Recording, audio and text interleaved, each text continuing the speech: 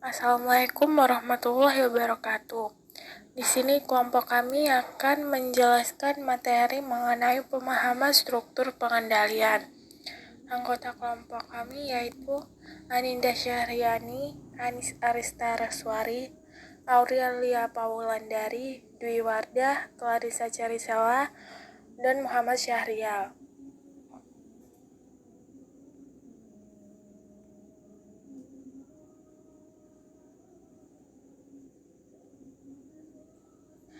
Siapa yang bertanggung jawab atas pengendalian intern suatu entitas? Penanggung jawabnya ada 6. Yang pertama, pihak luar. Yang kedua, manajemen. Yang ketiga, dewan komisaris dan komite audit. Yang keempat, auditor intern. Yang kelima, personel lain entitas. Dan yang keenam, auditor independen.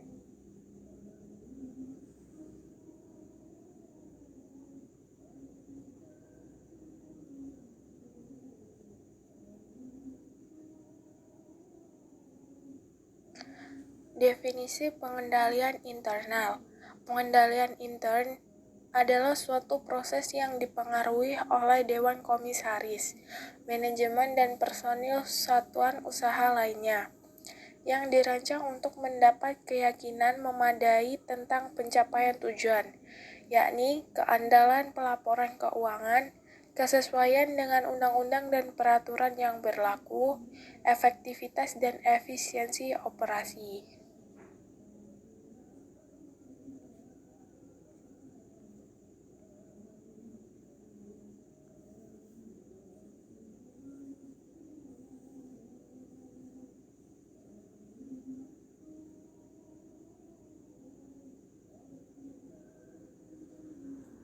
Arti penting pengendalian internal.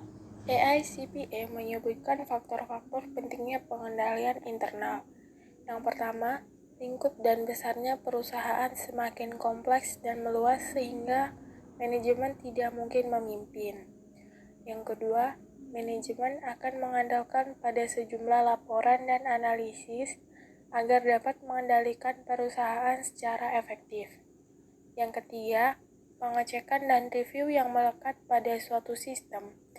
Pengendalian intern yang baik akan melindungi perusahaan.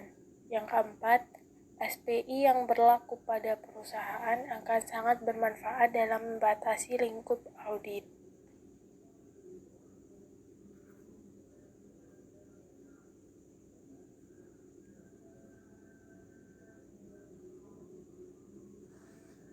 Tujuan pengendalian internal.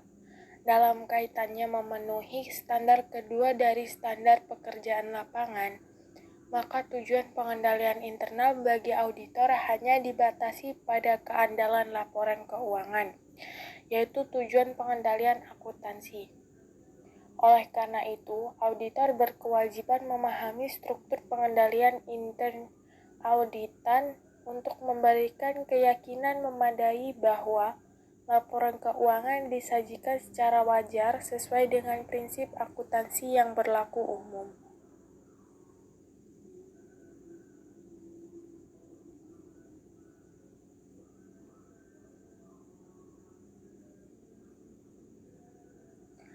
Konsep dasar dari pengendalian internal. Yang pertama, pengendalian internal adalah suatu proses. Dan yang kedua, pengendalian internal dipengaruhi oleh manusia. Yang ketiga, pengendalian internal hanya diharapkan memberikan keyakinan yang memadai. Yang keempat, pengendalian internal adalah alat untuk mencapai tujuan.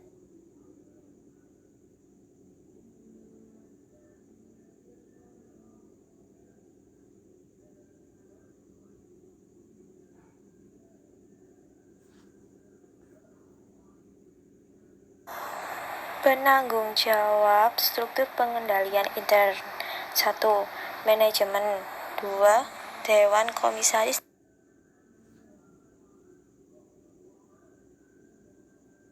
2. Dewan Komisaris dan Komite Audit atau Board of Director and Audit Committee. 3. Auditor intern atau internal auditor. 4. personal lain entitas atau other entity personnel. 5. Auditor independen atau independent auditor. 6. Pihak luar lain other external parties.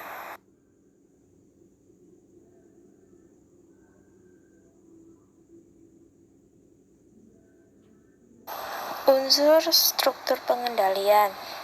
Terdapat unsur struktur pengendalian. 1. Control environment atau lingkungan pengendalian. 2. Risk assessment atau penaksiran resiko. 3. Information and communication atau informasi dan komunikasi. 4. Control activities atau aktivitas pengendalian. 5. Monitoring atau pemantauan.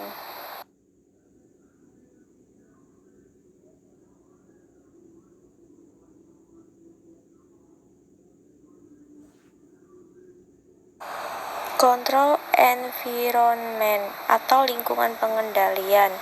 Control environment merupakan landasan untuk semua unsur pengendalian intern yang membentuk disiplin dan struktur.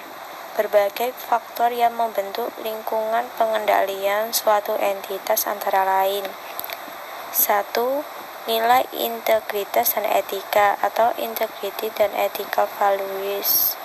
2. Komitmen terhadap kompetensi. 3. Dewan Komisaris dan Komite Audit.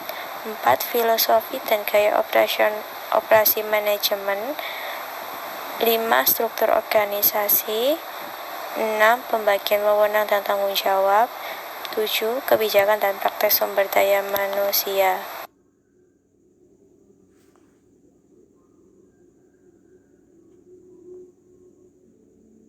Risk assessment atau penaksiran resiko. Penaksiran resiko manajemen untuk tujuan pelaporan keuangan adalah penaksiran resiko yang terkandung dalam asersi tertentu dalam laporan keuangan dan desain dan implementasi aktivitas pengendalian yang ditujukan untuk mengurangi resiko tersebut pada tingkat minimum dengan mempertimbangkan biaya dan manfaat. Penaksiran resiko manajemen harus mencakup pertimbangan khusus terhadap resiko yang dapat timbul dari perubahan keadaan.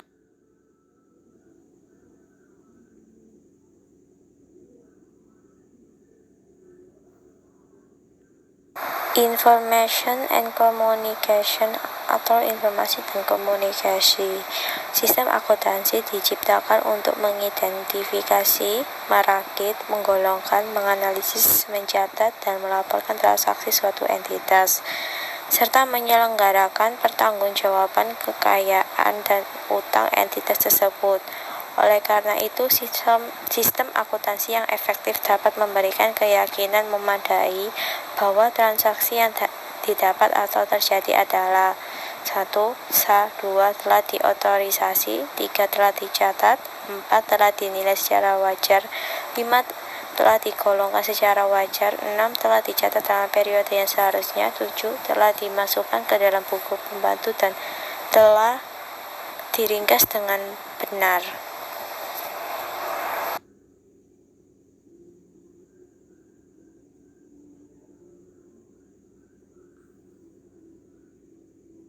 Control activities atau aktivitas pengendalian. Aktivitas pengendalian yang relevan dengan audit atas laporan keuangan dapat digolongkan ke dalam berbagai kelompok.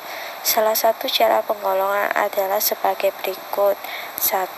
Pengendalian pengolahan informasi, pengendalian umum, pengendalian aplikasi. Otoritas memadai, perancangan dan penggunaan dokumen dan catatan memadai, pengecekan secara independen. 2. Pemisahan fungsi yang memadai. 3. Pengendalian fisik atas kekayaan dan catatan. 4. Review atas kinerja.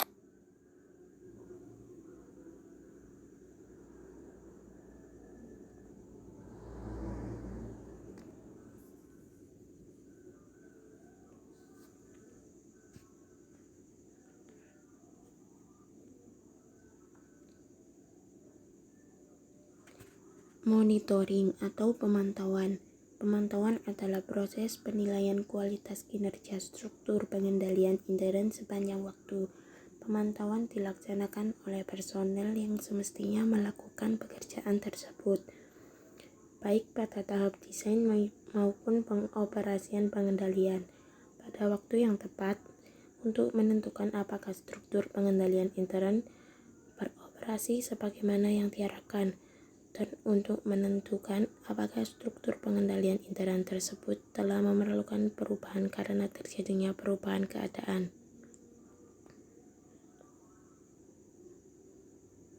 Pemahaman atas struktur pengendalian intern.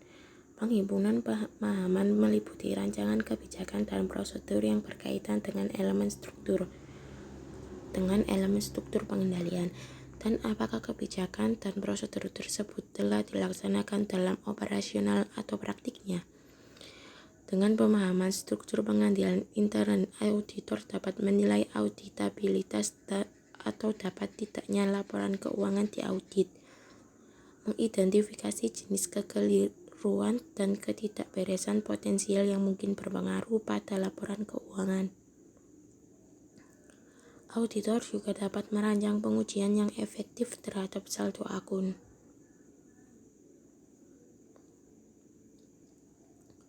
Tingkat pemahaman elemen struktur pengendalian intern tergantung judgement auditor yang dipengaruhi oleh 1.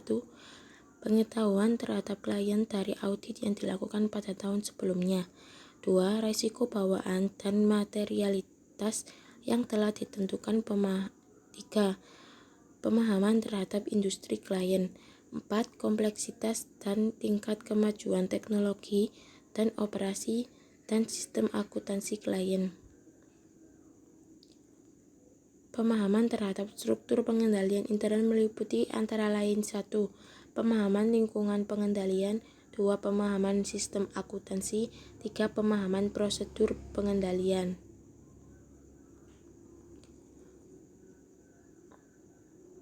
Prosedur untuk menghimpun pemahaman. Ada 5 prosedur yang dapat digunakan dalam memperoleh pemahaman, yaitu 1. Menelaah pengalaman sebelumnya dengan klien.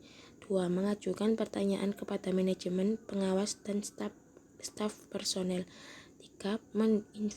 Menginspeksi dokumen dan catatan. 4. Mengamati kegiatan dan operasi entitas. 5. Mempelajari buku manual prosedur dan kebijakan pengendalian klien. Sekian presentasi dari kelompok kami.